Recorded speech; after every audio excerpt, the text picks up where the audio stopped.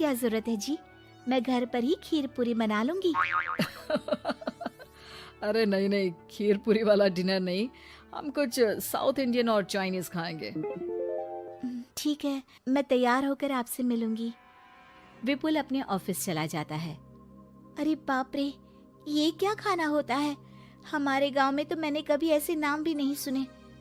चलो शाम को जाकर देख लूंगी।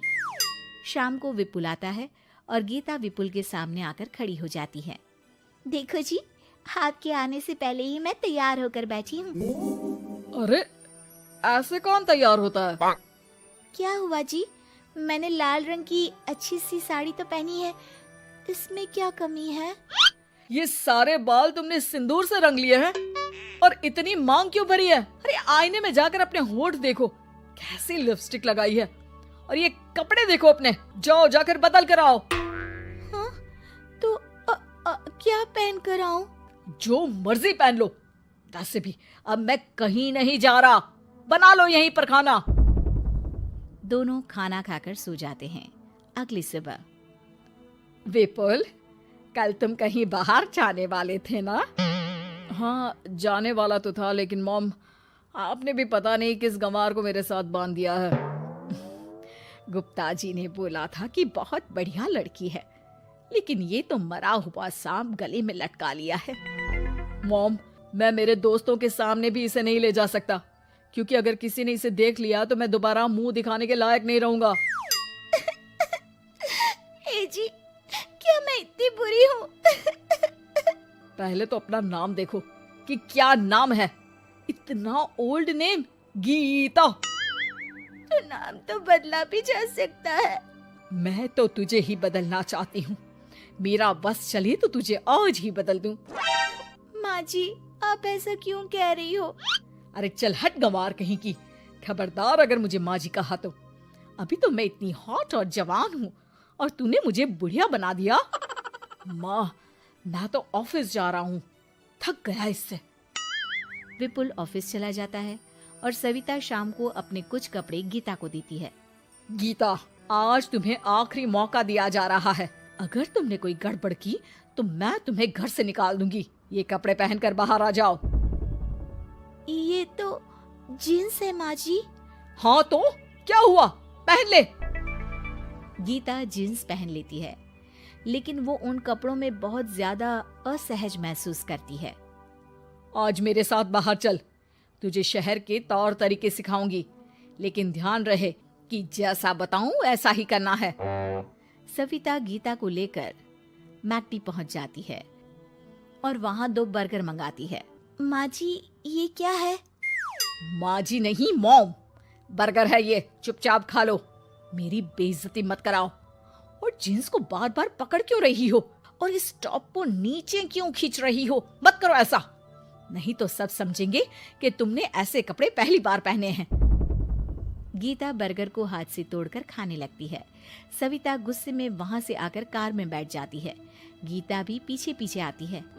मॉम, क्या हुआ? मैंने तो अब कुछ भी नहीं किया है। चुपचाप गाड़ी में आकर बैठ जाओ। सविता गीता को लेकर घर आ जाती है। अगले दिन, गीता, मेरे कुछ फ्रेंड्स आने वाले हैं, तुम किचन में जाकर तैयारियां करो। और भगवान के लिए आज ऐसा कुछ मत करना कि मेरी नाक कटा दो। मैंने भी ये शॉर्ट्स पहने हैं, तुम भी अच्छे कपड़े पहन लेना। सविता के फ्रेंड्स आ जाते हैं और गीता तैयार होकर नाश्ता हाथ में लेकर बाहर आती है। इस कमार ने ये क्या पहन लिया? गीता ने एक शादी वाला लहंगा पहना है और वो उसको संभाल नहीं पा रही है, जिसकी वजह से वो नीचे गिर जाती है। सारी फ्रेंड्स हंसने लगती है। सविता ने गीता को कस के 2 थप्पड़ लगा दिए और उसे हमेशा के लिए घर से निकाल दिया। मैंने आज गीता को उठाकर घर के बाहर फेंक दिया है। अब किसी मॉडर्न, समझदार और पढ़ी लिखी लड़के से शादी कर लो बेटा। यस मॉम, आपने आज सच में बहुत ही अच्छी खबर सुनाई है। मैंने तो न्यूज़पेपर में ऐड भी दे दिया है, पढ़ी लिखी मॉडर्न लड़की शादी के लिए तुरंत संपर्क करे। और माँ, वो खूबसूरत भी तो होनी चाहिए। डियर सन, मैंने उसमें सब कुछ लिख दिया है।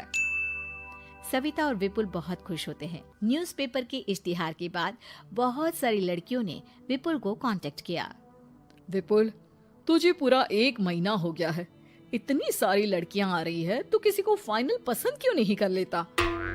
मॉम, मैं कुछ बेहतर की तलाश में हूँ। वैसे आप फिक्र ना करो, आज भी एक लड़की मुझसे मिलने आने वाली है। अगर पसंद आ गई तो मैं उसे घर ले आऊंगा। विपुल लड़की से मिलने चला जाता है। कैफे में विपुल जाकर बैठ जाता है और देखता है कि बहुत ही खूबसूरत लड़की नैना सामने से आ रही है। हेलो। हाय, माई सेल्फ नैना। दोनों खूब सारी बातें करते हैं और विपुल को नैना पसंद आ जाती है। वो उसे घर लेकर आ जाता है। मॉम, जल्दी बाहर आओ। देखो तो, मैं तुम्हारे लिए एक मॉडर्न बहू ले आया हूँ, जो बहू कम आपकी फ्रेंड ज्यादा रहेगी।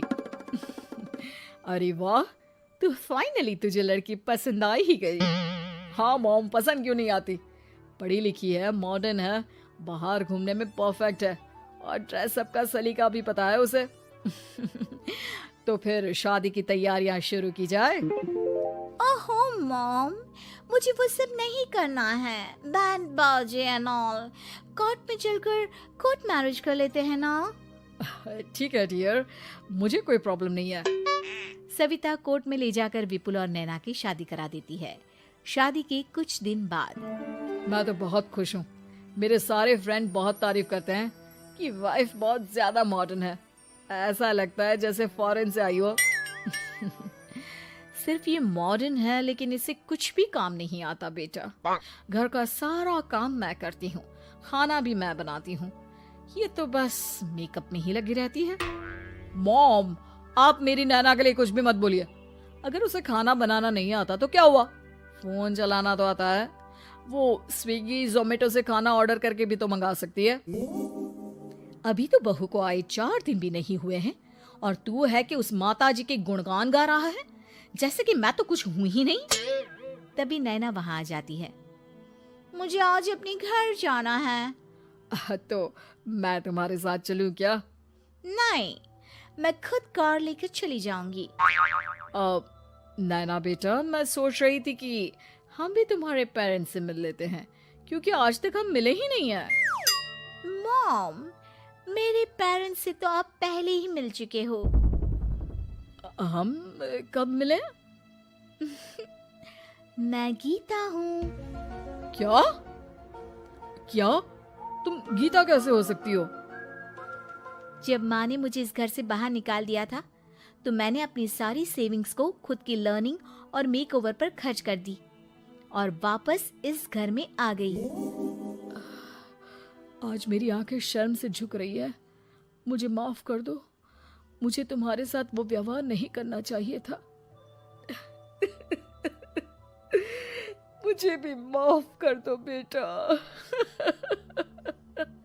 सविता और विपुल अपनी गलती को सुधार लेते हैं और अब गीता को बहुत अच्छे से रखते हैं।